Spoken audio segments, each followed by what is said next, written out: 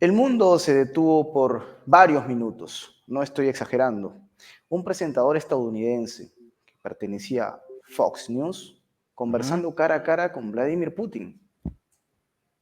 Insólito, podrán decir algunos.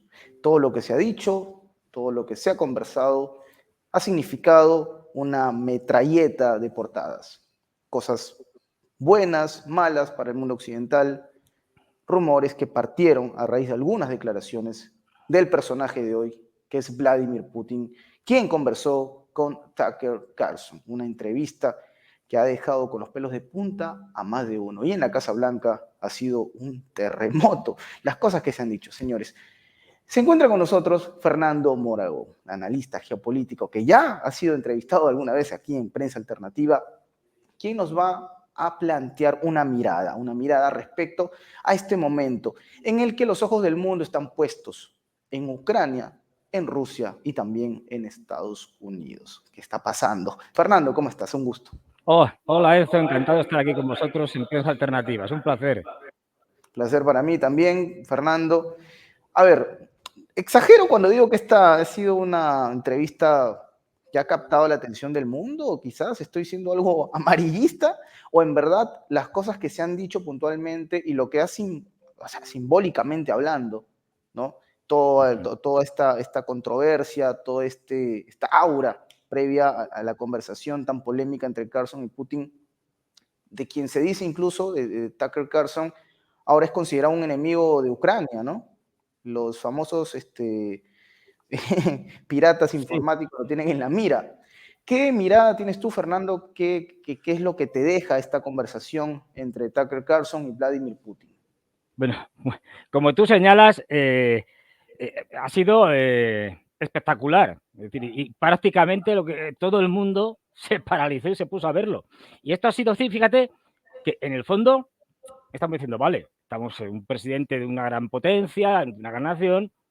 Los presidentes de las grandes naciones dan constantemente entrevistas, es una cosa normal. Pero una cosa que debería ser algo normal, o sea, con cierta repercusión, pero se convierte en un fenómeno mundial.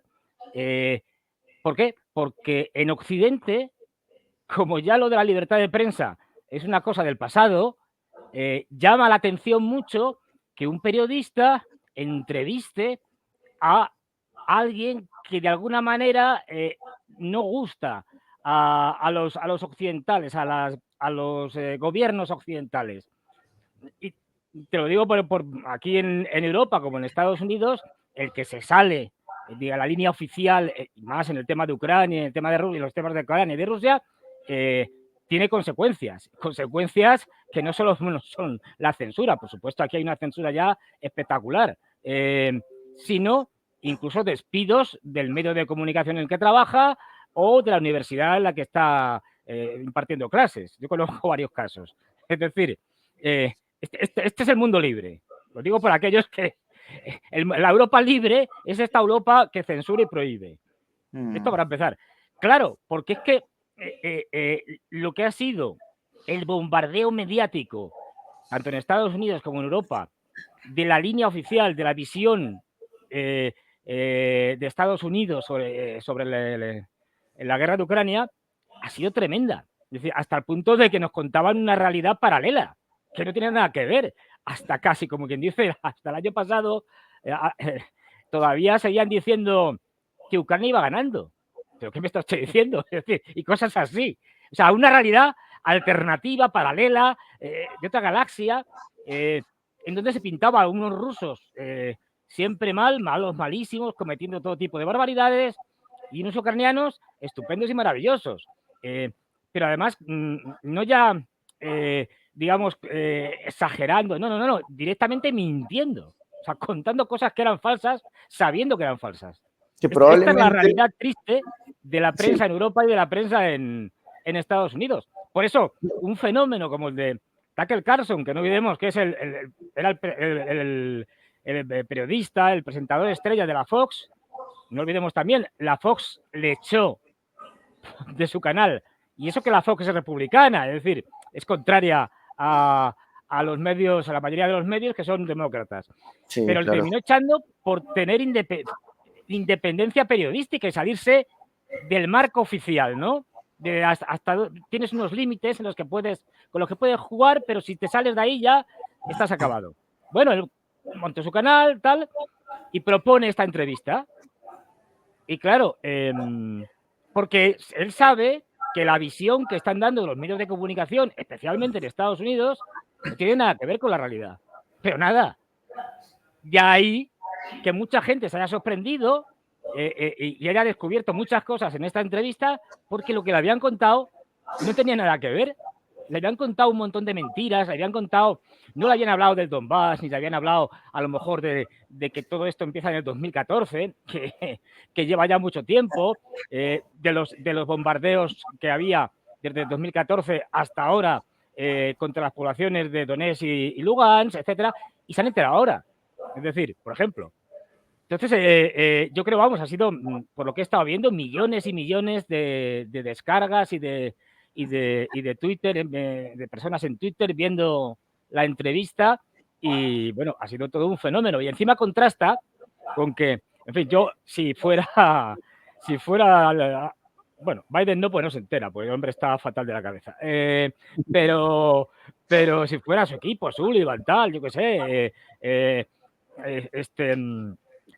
Blinken, el secretario de Estado, quien fuera, despediría, pero inmediatamente al equipo, digamos, al equipo personal de campaña, de política de Biden, porque es que hay que ser muy tontos para después de tener una entrevista estrella en todo el mundo, salga Biden después a contarnos, porque bueno, como sabéis, un fiscal que le estaba investigando por una serie de correos y documentos que se había guardado en su casa y la resolución del fiscal ha sido tremenda. Ha sido tremenda porque es casi peor, o sea, hubiera sido casi mejor que lo hubieran encontrado que lo hubieran encontrado responsable que lo que ha dicho.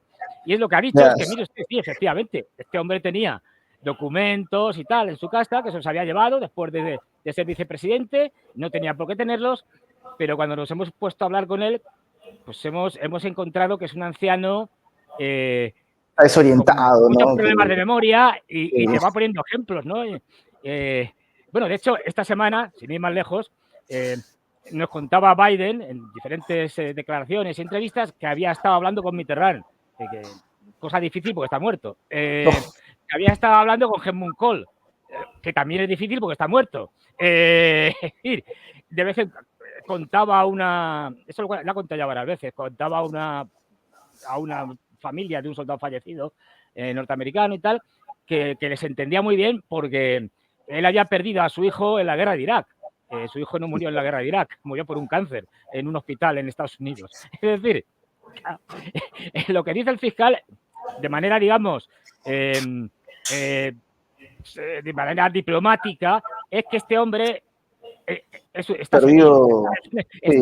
ya no controla, ya tiene algún tipo de enfermedad mental y pues claro, alguien que no tiene capacidad de poder memorizar cosas, que confunde la realidad, no se puede hacer responsable de nada.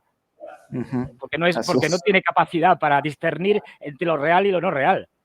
O sea que eso fue demoledor. Bueno, pues a lo que iba. Después de que sale esto, no se les ocurra a su equipo de campaña o de lo que sea, de manera improvisada, programar, después de la entrevista de Putin y Tucker Carlson, programar una intervención del presidente que no estaba prevista, para que el presidente diga que no, que él está muy bien, que esto es una tontería.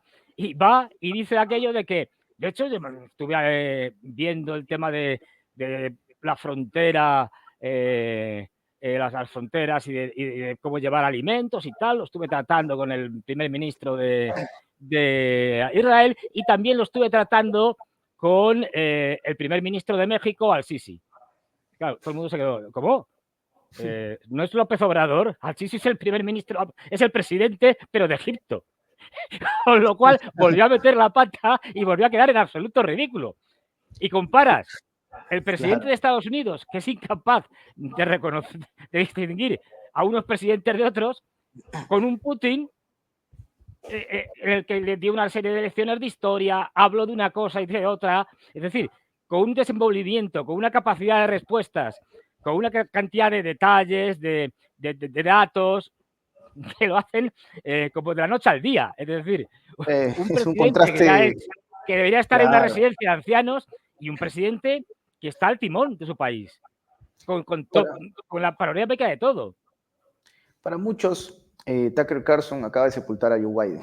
O sea, Sí, si sí. había alguna idea, alguna alucinación de los demócratas de un Joe Biden yendo a la reelección, creo que lo que ha pasado ayer, en pocas palabras, es que acaban de liquidarlo, ¿no? O sea, con lo que ha hablado Sí.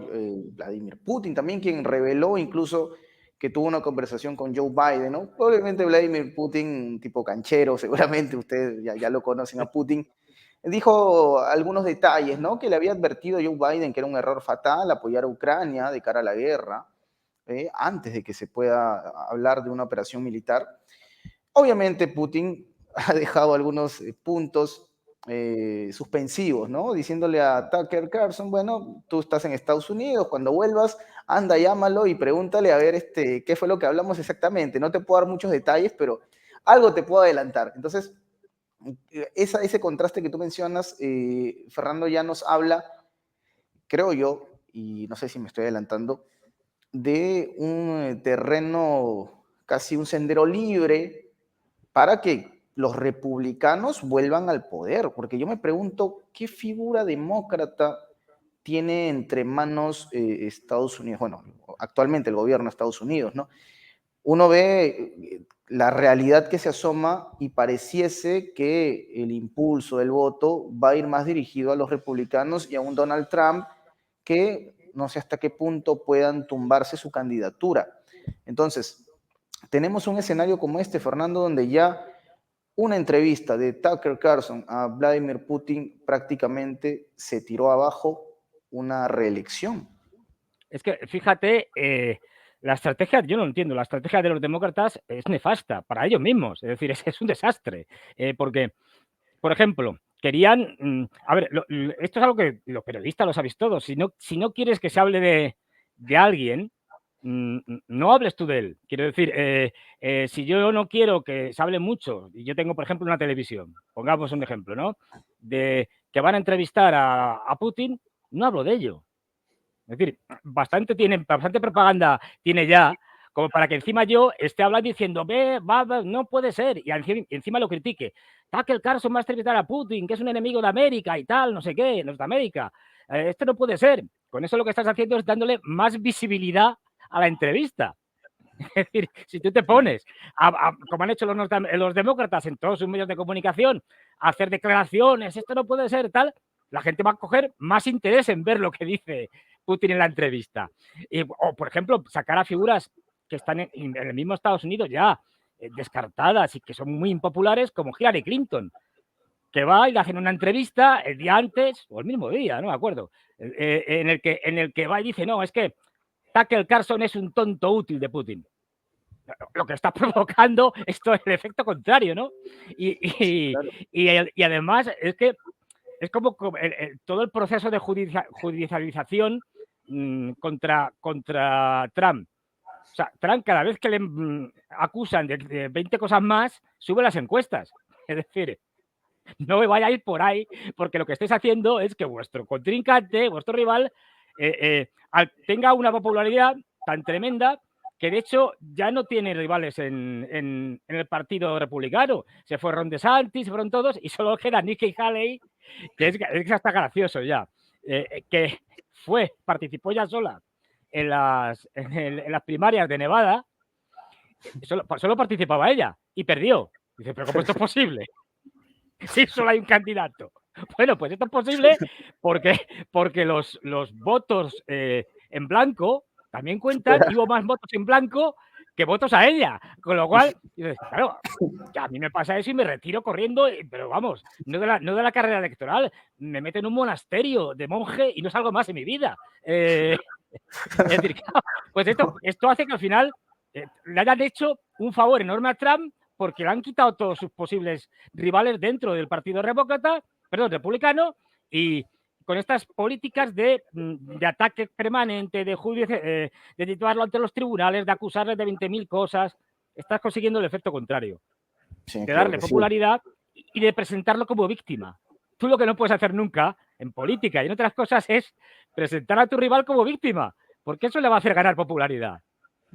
Entonces, bueno, ha sido bueno, una noche aquí espectacular y tal, pues ya digo, porque dijo muchas cosas, ahora supongo que entraremos, Putin en 2 horas dan para mucho, y sobre todo se le ve alguien muy ducho en esto de las entrevistas, que está muy cómodo, es decir, que habla de una cosa y de otra, incluso se permite hacer bromas, es decir, Hasta con la CIA ha bromeado, ¿no? Lo del sí, Nord Stream, o sea, que no es para hacer bromas, la hacía claro, cuidado, claro. efectivamente. Entonces, claro, No decía nada. entonces, Sí. lo que se ve es un dirigente, pues lo que decíamos, un dirigente completamente consciente de lo que está haciendo, de lo que está pasando, que está al mando, es decir, que sabe dirigir el país y que conoce perfectamente, digamos, las posiciones de sus contrarios, o de sus enemigos, de Europa, de Estados Unidos, claro, frente a un señor, ya digo, que debía estar en una residencia de ancianos. Entonces, esto, pero que además, y ojo, luego se ha retratado, como siempre, es decir, al final, aquí los europeos y los norteamericanos vamos de demócratas y libertad de expresión y derechos humanos, que siempre los sacamos cuando nos interesa, pero aquí ha habido parlamentarios europeos que querían prohibirle la entrada a Europa a Tucker Carlson. Digo, hombre, esto es un ejercicio de democracia estupendo, ¿eh? La doble hipocresía. En Estados Unidos hay que han dicho que es un espía, que hay que meter en la cárcel. Unas barbaridades. Es decir, oiga, que es un además, que es un periodista entrevistando a un presidente. Es que no Que no se además lo había imaginaban. solicitado una entrevista también con Zelensky. Zelensky no se la Claro. dio. Oye, ¿qué la va a Ese, hacer? ese es un buen Si no punto, se la ¿no? dan. Ese es un buen Sí. punto que tú mencionas, Fernando. Claro, Volodymyr Zelensky, lejos de presentar algún tipo de interés en hablar con el señor Tucker Carlson, quien, insistimos, lo que ha sorprendido a Occidente, entre otras cosas, es cómo esta persona, o sea, el ejemplo es así, ¿no? La gran mediática, los gigantes de los medios, pensaron que excluir a una persona de ese círculo era silenciarlo, ¿no? Pero esta demostración que ha hecho Tucker Carlson completamente solo, no enviado ni por la CNN, ni por la BBC, ¿no? En ningún medio completamente, demuestra cómo efectivamente los tiempos han cambiado en esta era de las telecomunicaciones, en esta era digital, como un personaje a través de su cuenta o a través de su website, ¿no? Que Tucker Carlson tiene su website, a través de otras plataformas, tiene la capacidad, desde su propio empeño, generar. Con esto tampoco estoy diciendo que vamos a condecorarlo a Tucker Carlson, ¿no? Sí, Porque sí, obviamente sí. tampoco estamos endiosándolo, pero sí nos habla de esto, precisamente Fernando, ¿no? De cómo es que ya no es como antes, pues.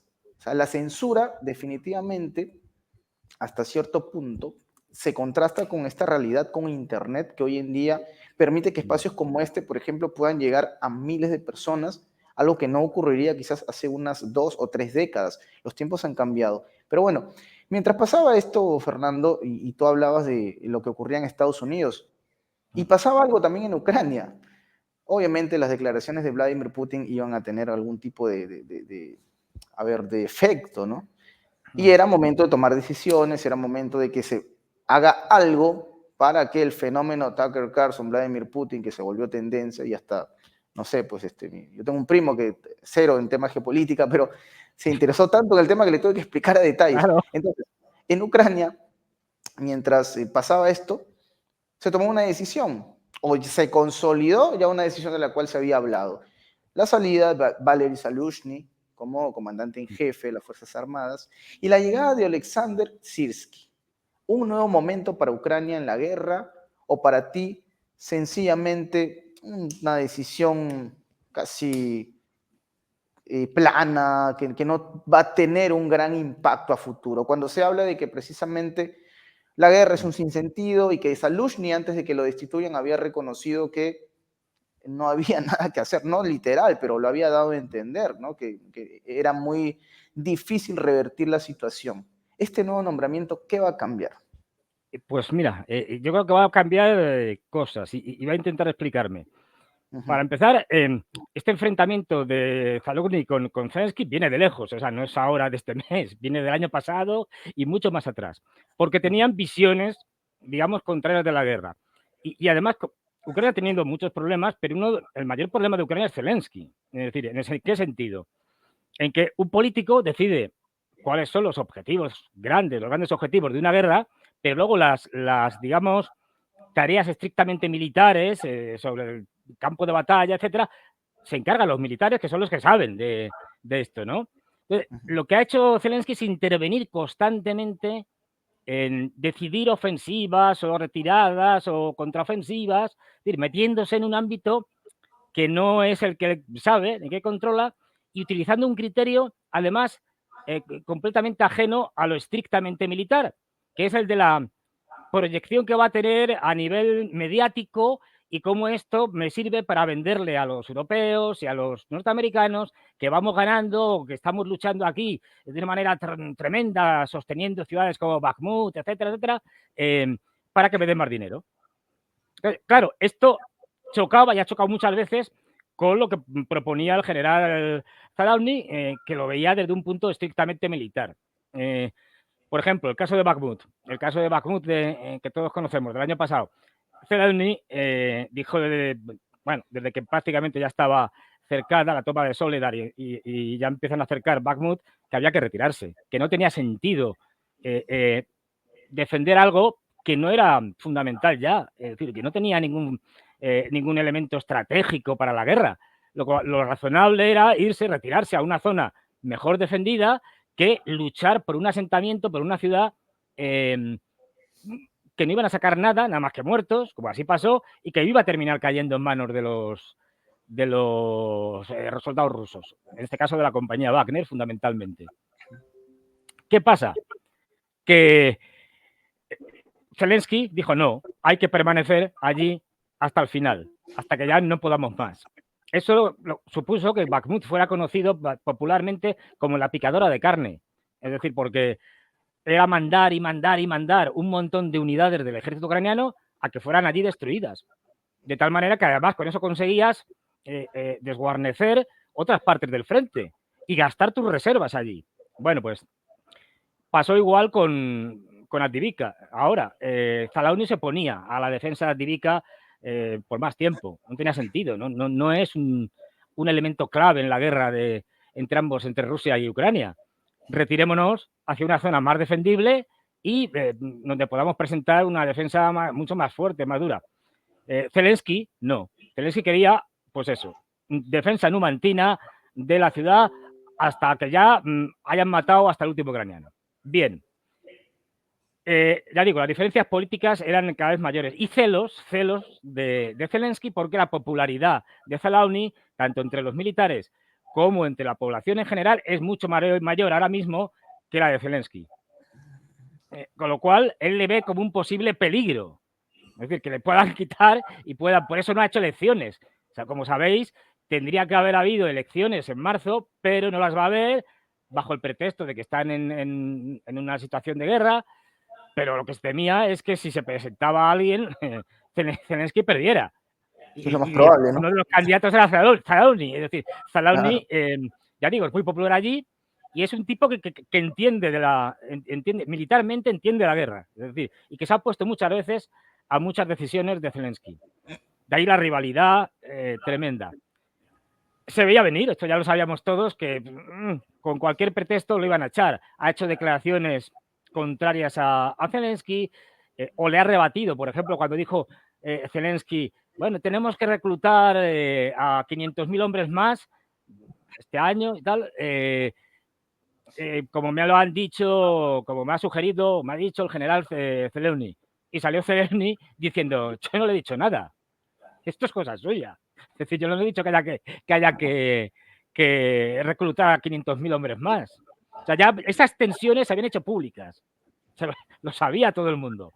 Entonces, bueno, ha llegado a lo que se suponía que iba a hacer, cargárselo en sentido político-militar, quitarlo de ahí, veremos qué pasa con Zeleuni, y poner a otro general, el general Sirki. El general Sirki, que bueno, por cierto, es nacido en Rusia, es decir, es Sí, ruso de origen, tiene familia en Rusia, es de Vladimir, si mal no recuerdo. Veía unas cosas de un hermano suyo, Oleg, que está allí en Rusia y que bueno, dice que él no tiene contacto con su hermano desde hace muchísimos años y que tampoco quiere saber mucho de él. Yo lo dejo ahí. Bueno, pues Sirki es un militar que, aunque ha tenido algún éxito como importante, como fue el de Kharkov, pero bueno, el caso de Kharkov es de la ofensiva de Kharkov, es un caso muy, muy especial. Si tenemos tiempo, hablamos de él. Pero que luego ha tenido grandes derrotas. Es el que dirigió la defensa de Bakhmut y se saldó con una derrota.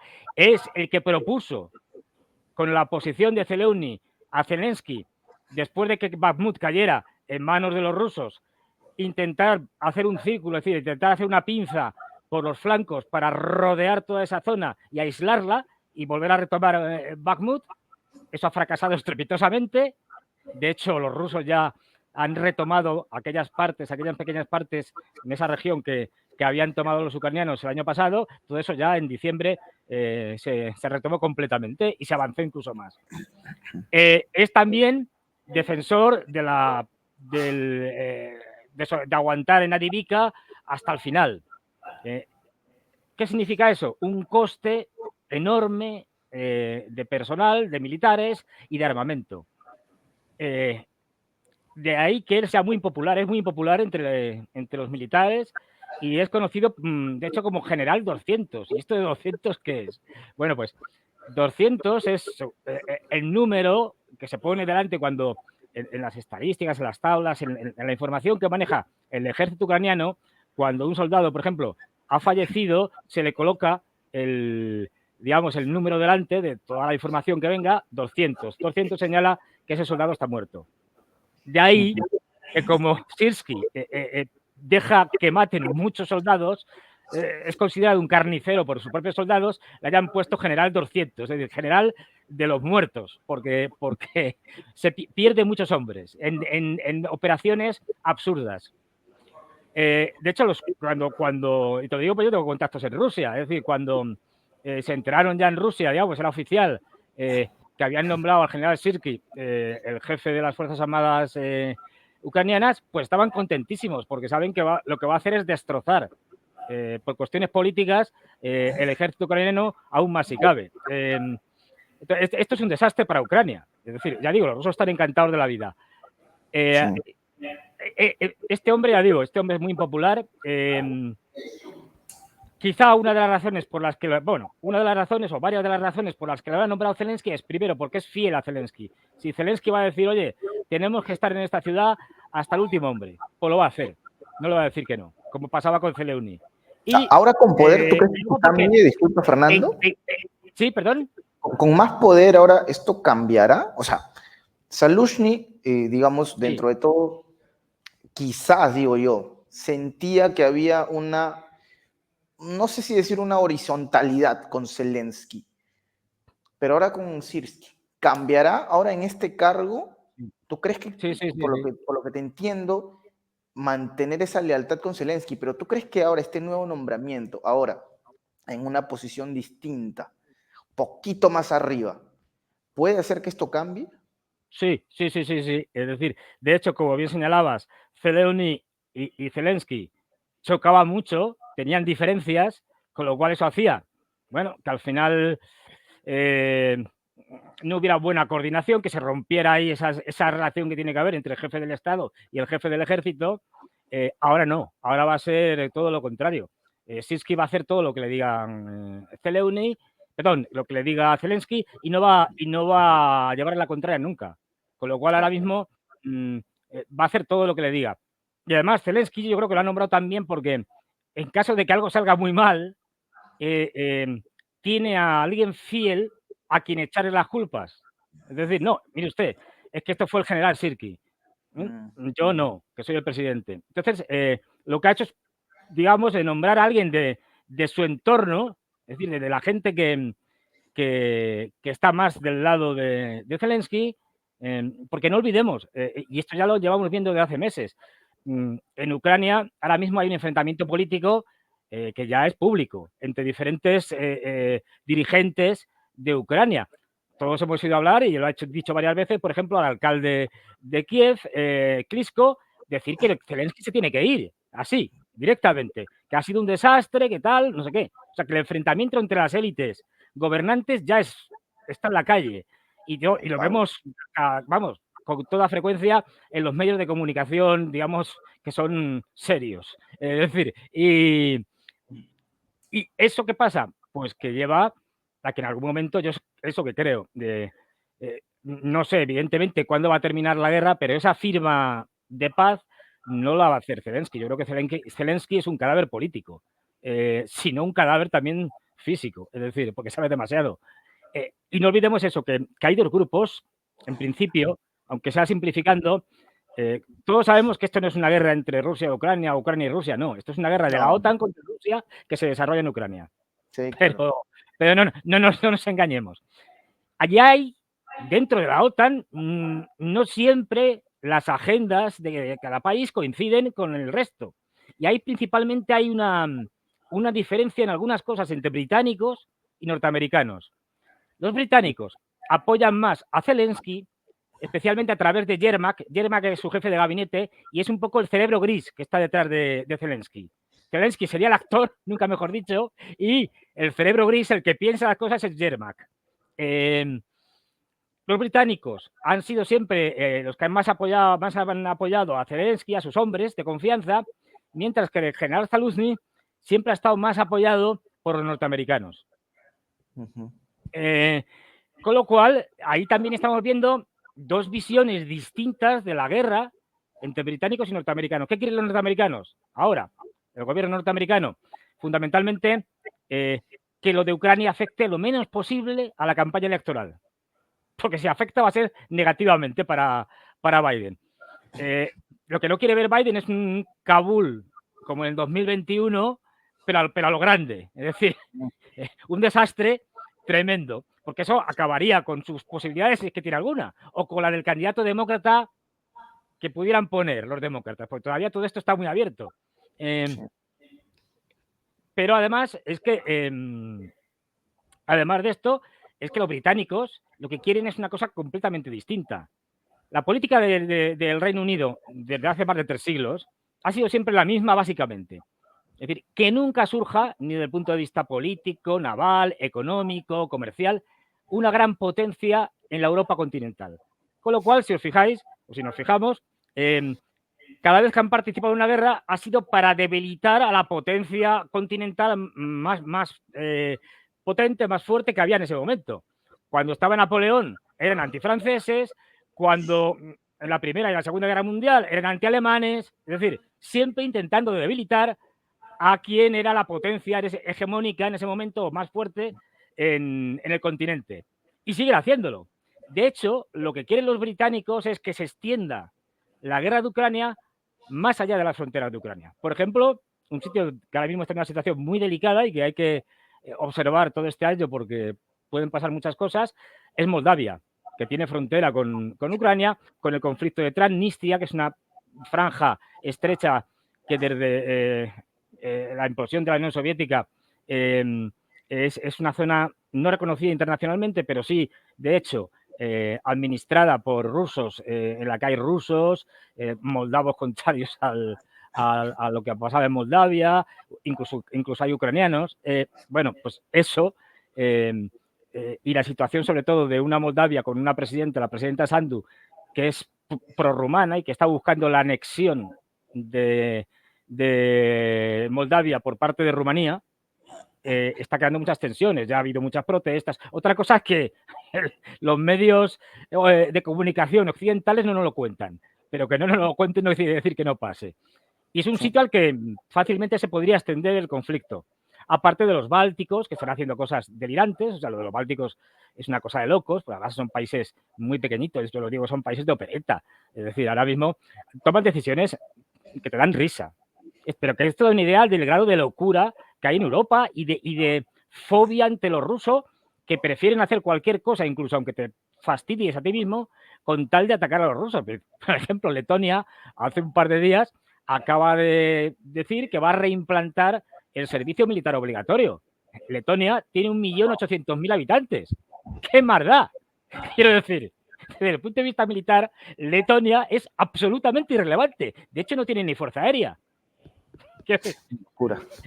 Es algo que dices, pero vamos a ver, esto no tiene ni el más mínimo sentido. Ahora están saliendo por toda Europa todo tipo de declaraciones y tal, diciendo que Rusia va a atacar, después de Ucrania va a atacar toda Europa, va a conquistar Europa y tal, una cosa. Polonia dicen ahora, ¿no? Que Polonia también, han hablado de Polonia. No, toda Europa, Polonia, Alemania, vamos hasta Gibraltar, va a llegar. Es algo delirante porque no se sostiene con los datos en la mano. Sí. Pero incluso te están diciendo cosas tan digamos, absurdas, como que es que sabemos que nos van a invadir dentro de 20 años. Dice, ¿cómo dentro de 20 años? ¿Tienen ustedes una bola de cristal para saber lo que va a pasar dentro de 20 años? Y hasta han publicado un mapa diciendo lo que van a hacer los rusos dentro de 20 años. Claro, esto es el colmo del delirio. Es decir, es una cosa enloquecida, ridícula. Bueno, pues Europa es todo el día eso, hacer el ridículo. Y yo creo que una cosa muy importante para la que ha servido la entrevista de Tucker Carlson a Putin es porque aquí la rusofobia que se ha creado es tremenda, pero se llegó a prohibir libros clásicos o música clásica de Rusia, de Dostoyevsky, Chekhov, Tchaikovsky. Es una cosa wow. ¿Qué tendrán que ver estos señores que son del 19 con la Rusia de Putin del siglo XXI? Es decir, una cosa tremenda, una rusofobia alimentada por parte de los grandes medios de comunicación brutal. Esta entrevista ha servido para que, bueno, el gran demonio del mundo era Putin, era culpable de todo. O sea, había un terremoto, la culpa es de Putin. Cualquier cosa que pasara. Bueno, esta entrevista ha servido para que la gente vea que Putin no es la encarnación del mal y como el demonio tiene cuernos, aquí un rabo y tal. No. Es decir, claro, y han visto que es un tipo bastante razonable y con el que se puede negociar. Es decir, esto ha cambiado la imagen, ¿no? Y en cuanto a Ucrania, y yo siempre lo he dicho, o sea, desde el principio, y lo sigo manteniendo obviamente, Ucrania desde el principio no podía ganar esta guerra y la va a perder. Y la va a perder además con grandes costes. Prácticamente lo que los rusos van a hacer, y ya insinúa algunas cosas, vamos, ya dijo algunas cosas en la entrevista y otras antes, los rusos prácticamente lo que le van a pedir a los ucranianos al final es una rendición incondicional. Yo por mis fuentes, lo que parece que me cuentan, vamos, lo que me cuentan y que parece que van a hacer, si te fijas, lo que han estado haciendo los rusos durante el invierno es fundamentalmente desgastar al ejército enemigo. No hay grandes cambios territoriales, no hay grandes conquistas ni nada por el estilo. Ha habido pequeños avances en diferentes sitios tácticos, porque el objetivo de los rusos no es hacer una ofensiva en profundidad y plantarse en Lvov, no, en otro extremo de Ucrania, no. Es ni ocupar terreno, ni ocupar tierras. El objetivo de los rusos es destruir al ejército enemigo, como decía von Moltke el viejo. Ocupar tierras es irrelevante. Un ejército lo que tiene que hacer es destruir al ejército enemigo. Una vez que has destruido al ejército enemigo, se acabó la guerra. Pues ya tienen con qué luchar. Lo que están haciendo es degradando al ejército ucraniano, que prácticamente ha gastado ya todas sus reservas en la famosa ofensiva de primavera-verano del año pasado, donde no consiguieron absolutamente nada. Esa ofensiva fue un desastre. Un desastre articulado por Zelensky, en última instancia, porque Zalewski se opuso y, bueno, y pudo al final semi-reconducir algunas cosas de una ofensiva que, sin ser experto, cualquier persona que se lo expliques, no hace falta ser experto militar, se da cuenta de que lo que se intentaba era un despropósito. O sea, tú no puedes hacer una ofensiva a gran escala contra una zona fortificada con mucha profundidad de fortificaciones sin tener el dominio del aire, es decir, sin tener tu propia aviación, sin tener capacidad de lanzamiento de misiles grandes, sino más bien pequeña, con un número muy restringido de tanques o vehículos blindados, ante campos de minas, como hemos visto, donde saltaban por los aires. Era algo de locos, con siendo los rusos superiores, muy superiores, de hecho era el país más desarrollado en ese sentido, en la guerra electrónica. O sea, era un puro disparate. Y le preguntabas a cualquier militar, incluidos los militares de la OTAN, otra cosa que no puedan decirlo en público, pero los preguntabas en privado y te decían que aquello no podía salir, que era imposible. Como así pasó, que fue un absoluto desastre. Bueno, pues los rusos lo que están haciendo desde entonces es desgastar al ejército ucraniano en prácticamente toda la línea del frente. Y están esperando a las elecciones en Rusia ahora en marzo, que serán el día 15, 16 y 17 de marzo. Una vez pasen esas elecciones, en abril ya, a partir de ahí lo que veremos, no sé la fecha evidentemente, pero lo que veremos es un golpe muy duro del ejército ruso contra algún sector, no lo sé, del frente, que termine por abrir una brecha enorme y por desgastar completamente al ejército ucraniano, de tal manera que prácticamente esa brecha, ese desastre sirva como las fichas de dominó, ¿no? Vayan cayendo unos detrás de otros. Un poco como pasó en la Primera Guerra Mundial. El agotamiento de las partes, en este caso en la Primera Guerra Mundial, en el frente occidental, de británicos, franceses y alemanes, llevó a que cuando llegaron los americanos, con más de 1 millón de hombres, en cuanto la ofensiva Ludendorff fracasó, aquello, el ejército prácticamente se disolvió. Es decir, el ejército alemán, cada uno se fue por un lado, colapsó. Bueno, pues eso es lo que está buscando, el colapso del ejército ucraniano. Por eso se bombardea en retaguardia, zonas de almacenamiento de municiones, de almacenamiento de combustible, es decir, todo lo que tiene que ver con la logística. Y eso, ya digo, después de las elecciones de marzo, con muchísima probabilidad, lo que veremos es un golpe muy duro, que además también está mirando a Estados Unidos. Porque fíjate lo que supondría una ofensiva, bueno, no una ofensiva, un ataque o una ofensiva, pero no en profundidad, en una parte del frente donde los rusos consideren que tienen más opciones o que está más débil, una derrota sonora del ejército ucraniano, con la crisis política que eso puede llevar dentro de Ucrania, entre sus líderes, en verano, por ejemplo, y eso se nos sirve como regalo envenenado a la campaña de Biden. Toma, una derrota en Ucrania. Aquí lo tienes. A ver cómo lo vendes. Es que este 2024 va a ser un año que va a marcar muchas cosas, Fernando, ¿no? Porque es casi seguro que Vladimir Putin va a seguir en el poder. Contigo. O sea, no necesitas una bola de cristal para deducirlo, ¿no? Creo que, sí, yo lo he dicho ya el año pasado, digo, este 2024 va a ser histórico, pero de verdad, no esto que decimos todos los años, no, este año ha sido histórico, no. De estos que marcan, que marcan un punto de inflexión. Es decir, dices, no, es que lo que pasó en 2024 y tal, y lo verán los historiadores del futuro como un momento clave, ¿no? Porque tenemos muchas cosas. Se van a desenredar muchos asuntos que aún permanecen. Sí, pero fíjate que incluso Estados Unidos puede llegar a una guerra civil. Mira lo que está pasando en Texas. O sea, es un efectivamente, que al final verdaderamente histórico. Y justo, Fernando, ya hablando de eso, y ya para poder, digamos, cerrar esta conversación tan amena que hemos tenido, yo me gustaría que entremos a un punto importante, porque mira, pasó algo muy, muy puntual hace poco en Sudamérica, efectivamente en Ecuador, que es que el presidente de turno, el señor Daniel Noboa, decidió enviar armamento, equipo ruso, a Estados Unidos, diciendo que era chatarra, ¿no? Ese es el término que él utilizó, ¿no? Resulta que ahora Estados Unidos ha reenviado todo esto a Ucrania. Y uno se pregunta, Fernando, hasta qué punto el ciudadano latinoamericano que nos ve mucho, que es el ciudadano de la patria grande, debe ver estos asuntos con la relevancia del caso, porque uno dice, bueno, la guerra que está pasando en Ucrania hoy está lejísimos, no va a llegar, no nos va a alcanzar, ¿no? Esto no tiene nada que ver. Pero con los gobiernos que se están involucrando en la región, un Javier Milei que es pro-estadounidense, marcadísimo, también pro-israelí, Daniel Noboa, y sus puertas abiertas al comando sur de los Estados Unidos, lo que pasó hace poco en Guyana.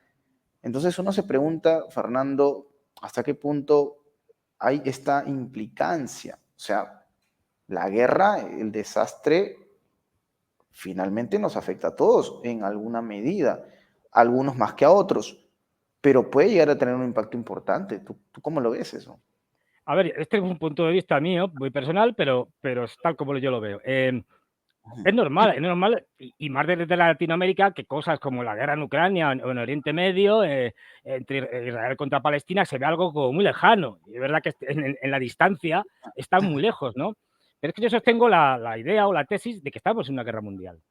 Que nadie piense que una guerra mundial ahora va a ser igualita que la Segunda Guerra Mundial. No, no, han pasado muchos años de la Segunda Guerra Mundial y una guerra mundial actualmente sería muy distinta. Y es lo que los norteamericanos llaman guerra híbrida, que es un concepto que inventaron a principios de siglo los norteamericanos, que lo que te dice básicamente es, ahora en la guerra tenemos muchos instrumentos. Estos instrumentos, uno es la guerra, digamos, tradicional, la de toda la vida, la de los cañonazos, los bombazos, los soldados, tal. Este es uno de ellos. Otro es la propaganda, otro, por ejemplo, es la ciberguerra, otro, por ejemplo, son la guerra económica con sanciones, tal. Es decir, otro ejemplo, la guerra en el espacio, otro, la utilización de inmigrantes para provocar desajustes en otro país. Es decir, tenemos muchos elementos que podemos utilizar en función de las necesidades de cada conflicto, de cada guerra, pues utilizamos unos u otros. Es decir, el hecho de que ahora, digamos, solo estén utilizando la guerra, digamos, tradicional en Ucrania, fundamentalmente, hay en más sitios, pero estos son los más conocidos, en Ucrania y en Oriente Medio, no quiere decir que no estemos en una guerra mundial, estamos. De hecho, hay una ruptura total entre lo que sería esto que llaman el mundo occidental o el occidente colectivo, es decir, Estados Unidos y Canadá, los anglos, como siempre, dirigiendo, con los europeos, Japón, Corea del Sur y, Australia, dentro de los anglos y Nueva Zelanda. Estos, dominados por Estados Unidos, Europa somos todos vasallos absolutos de Estados Unidos, es decir, hacemos lo que digan, en contra de nuestros propios intereses, esto no hay duda, y luego el resto del mundo, con una parte fundamental que es Rusia, China, Irán y países que están en torno a ellos, como Corea del Norte, Siria, por poner ejemplos. Sí. Bueno, pues esto cada vez se va a fracturar más. De hecho, la famosa globalización, ya en marzo de 2022, alguien tan poco sospechoso como Larry Fink, el jefe del fondo de inversión más grande del mundo, de BlackRock, que se supone que maneja unos 10 billones de dólares, es decir, mucho más que el presupuesto de casi todos los países y del PIB de muchos. Bueno, este hombre, que es un globalista convencido, en marzo de 2022, en su página web de BlackRock, es decir, no que alguien me ha dicho que... No, puso una frase lapidaria que es: la globalización se ha terminado. Lo dice un globalista. ¿Por qué dice esto un globalista? Pues muy sencillamente porque la globalización se basaba fundamentalmente en la explotación de un gran país, no solo de él, pero fundamentalmente que era China. Salarios mínimos, deslocalización de empresas en China porque tenían muchos menos costes, y eso lo hemos ido viendo desde las reformas de Deng Xiaoping, los años 80, 90, pero claro, China ha sabido darle la vuelta a la situación hasta el punto de que ahora China es la gran beneficiaria de la globalización, no Estados Unidos.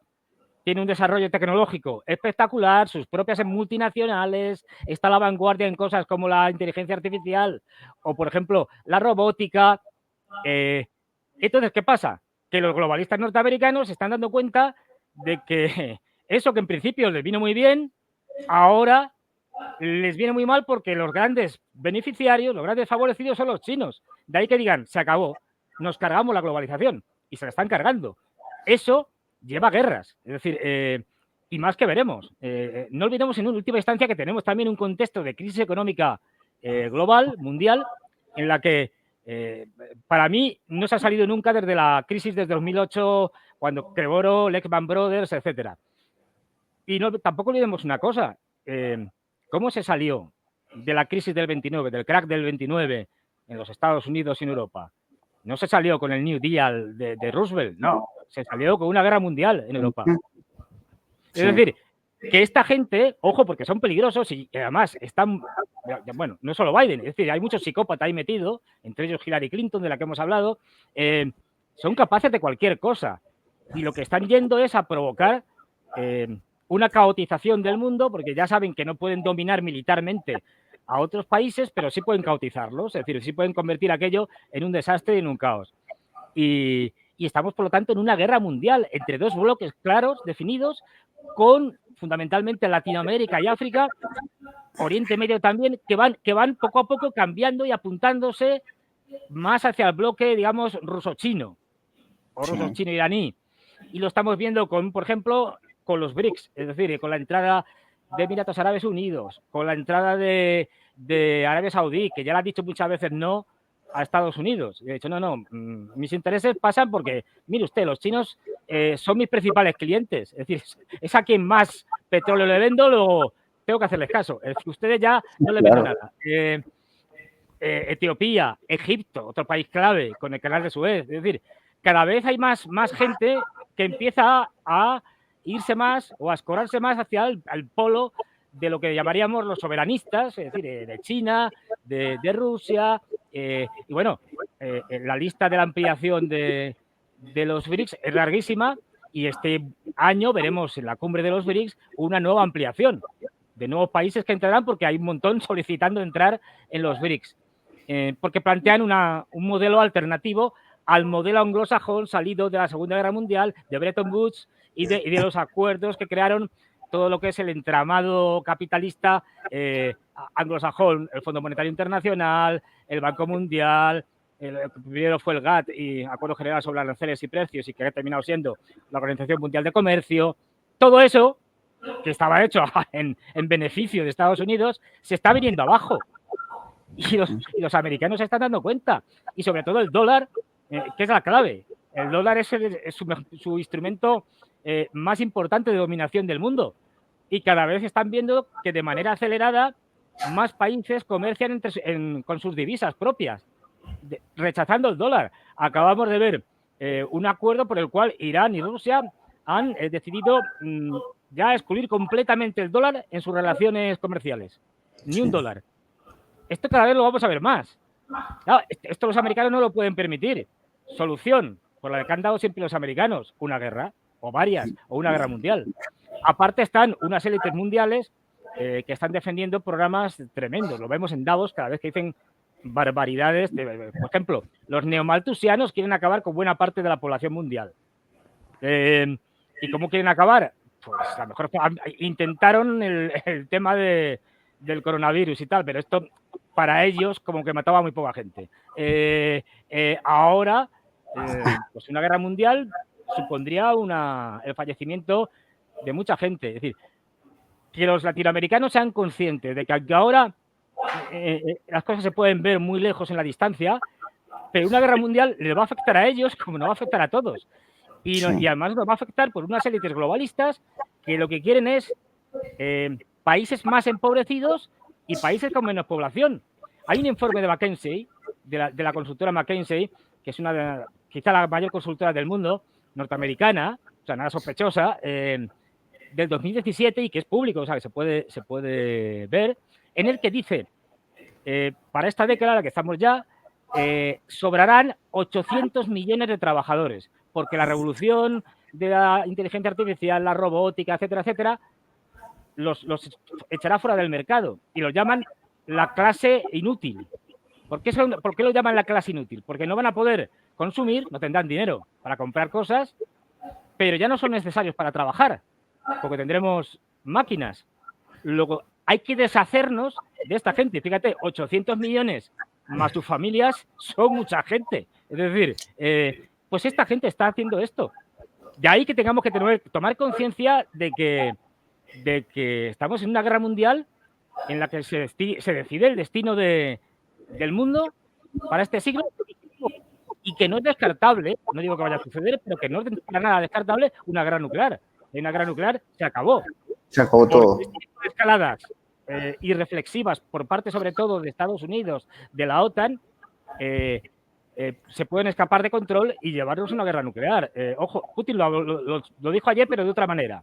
Putin dijo, a ver, tómense ustedes esto en serio, señores demócratas, señores Biden, el gobierno de Estados Unidos, porque lanzar un ataque de la OTAN contra Rusia es peligrosísimo, porque ya estamos hablando de la posibilidad de una escalada, primero con armas nucleares tácticas y luego ya a las estratégicas, teniendo en cuenta, y esto hay que ser claros, por eso Estados Unidos no ha hecho todavía ninguna barbaridad de ese tipo, que Rusia actualmente es la potencia nuclear número 1, con cosas que los demás no tienen, sobre todo Estados Unidos, como los misiles hipersónicos, como por ejemplo los misiles Sarmat, el torpedo Poseidón, es decir, armas todas que superan en mucho las capacidades de Estados Unidos, y el propio Biden lo dijo un día. Cuando lanzaron al principio de la guerra de Ucrania un misil Kinzhal, las armas hipersónicas básicamente son armas que pueden volar a 5 o más veces la velocidad del sonido, a 5 Mach.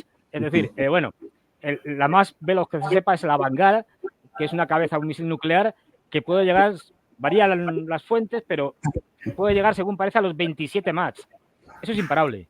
Quiero decir, es que cuando ha salido, está llegando. Y Biden, el propio Biden, dijo, bueno, han lanzado un misil que va al Kinzhal, que va a Mach 10. Bueno, ¿qué tiene de especial? No tiene nada de especial. ¿Que no podemos pararle? Pues sí, es verdad, no podemos pararlo, pero no tiene nada de especial. Es decir, reconoció que no tenían nada con lo que poder parar a un misil que te va 10 veces la velocidad del sonido.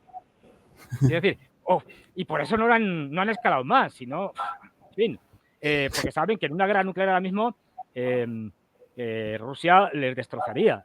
Bueno, pero bueno, sí, tenemos que ser conscientes de eso, de que esto, aunque nos parezca lejano, nos va la vida en ello, literal, a todos. Es decir, porque si al final se imponen estas tesis neomalthusianas de Davos, de que sobra la mitad de la humanidad o más, pues ya sabemos quiénes sobramos.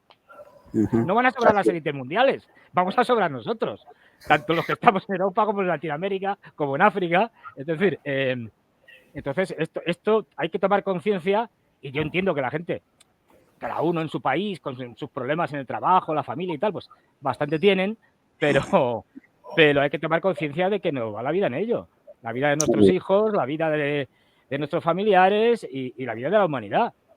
Yo siempre digo que ahora mismo estamos en el momento más peligroso de la historia de la humanidad.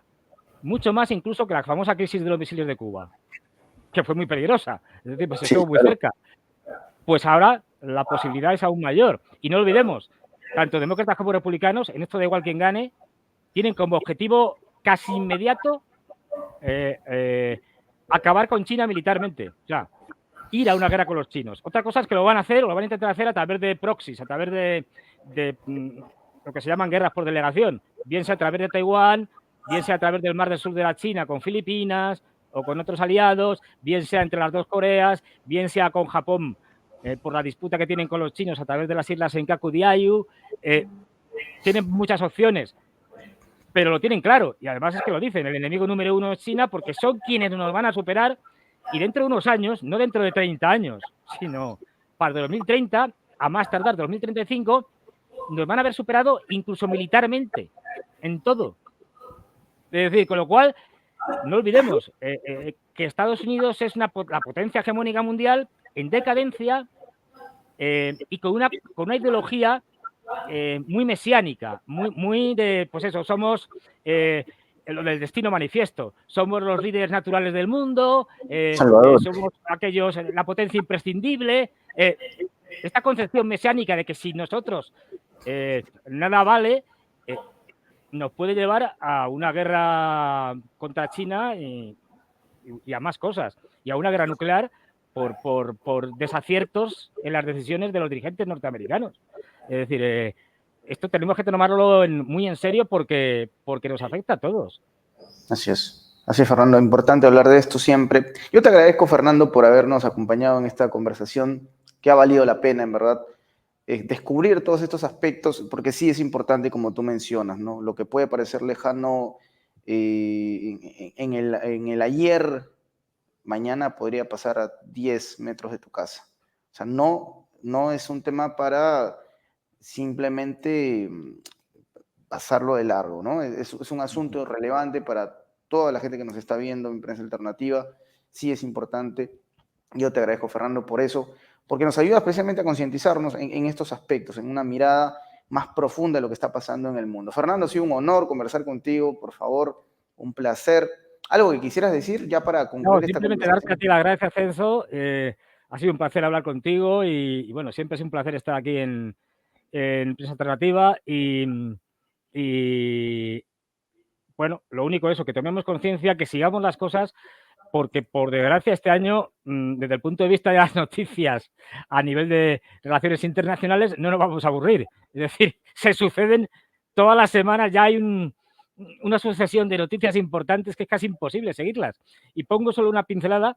Ahora Sí, mismo la situación en Pakistán está muy complicada. Ha habido unas elecciones el día 8 donde los partidarios de Imran Khan, el anterior primer ministro que estaba metido en la cárcel y que por acercarse a Rusia, por entre otras prorruso. cosas, y negarse a poner sanciones a Rusia, le depusieron parlamentariamente, hubo un golpe de Estado parlamentario, digamos, y lo terminaron, bueno, intentaron matarlo, solo consiguieron herirlo y luego lo han metido en la cárcel, pues de forma absolutamente, en fin, vergonzosa. Ha habido elecciones parlamentarias y según parece ha arrasado en esas elecciones. Y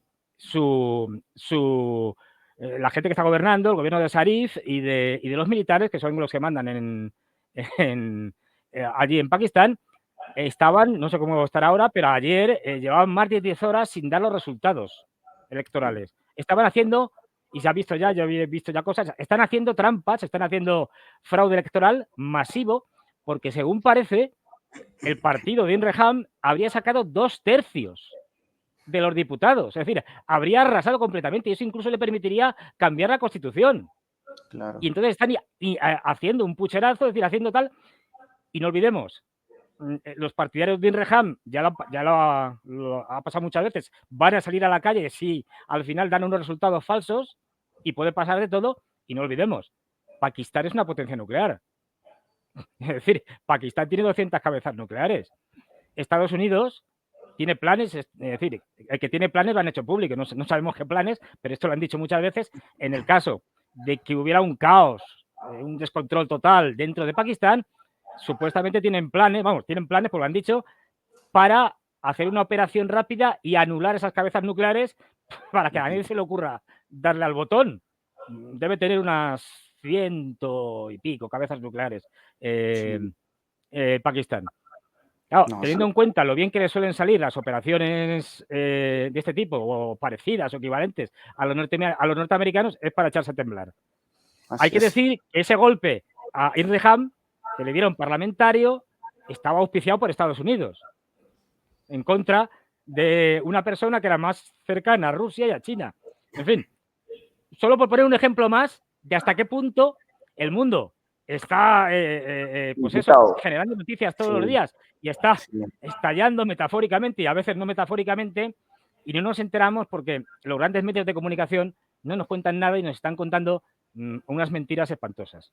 Sí, ese es un mundo convulso, así es, Fernando, pero siempre con optimismo. Esperemos que este 2024, que sabemos va a tener mucho movimiento y mucho espaldarazo, avance positivamente. Siempre hay tiempo de revertir Ojalá, cosas, siempre hay tiempo de entender, abrir los ojos y darse cuenta que si algo no está ojalá. funcionando, es momento de reconocer las cosas, una derrota si es posible, y enmendarse.